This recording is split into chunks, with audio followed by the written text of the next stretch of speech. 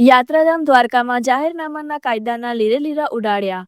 દ્વારકાવાસીઓ માટે યોજાયેલા સ્પેશિયલ સ્ક્રીનિંગમાં લાલો ફિલ્મની ટીમે કાયદાનું સરેઆમ ઉલ્લંઘન કર્યું. દેવભૂમિ દ્વારકા જિલ્લામાં 24 જાન્યુઆરી 2026 સુધી ડ્રોન ઉડાડવા પર સખત પ્રતિબંધ હોવા છતાં સર્કિટ હાઉસ ગ્રાઉન્ડમાં બેખૌફ રીતે ડ્રોન શૂટિંગ કરાયું.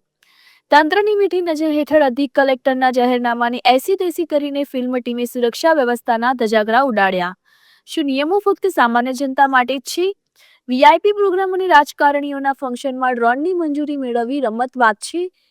જો કોઈ સામાન્ય નાગરિક મંજૂરી માંગે તો નિયમોની દિવાલ આડી આવે છે, તો પછી લાલો ફિલ્મની ટીમને આટલી છૂટછાટ કોણે આપી?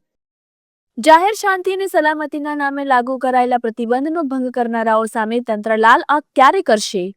Reporter Ghanshyamsinh Vadher, TV7 live news, Devbhumi Dwarka.